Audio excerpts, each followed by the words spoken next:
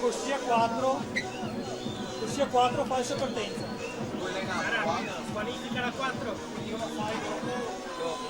A posto, fai scrivere squalifica.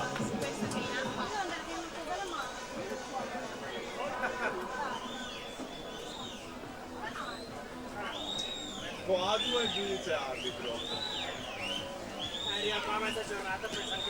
Si conclude la serie numero 3.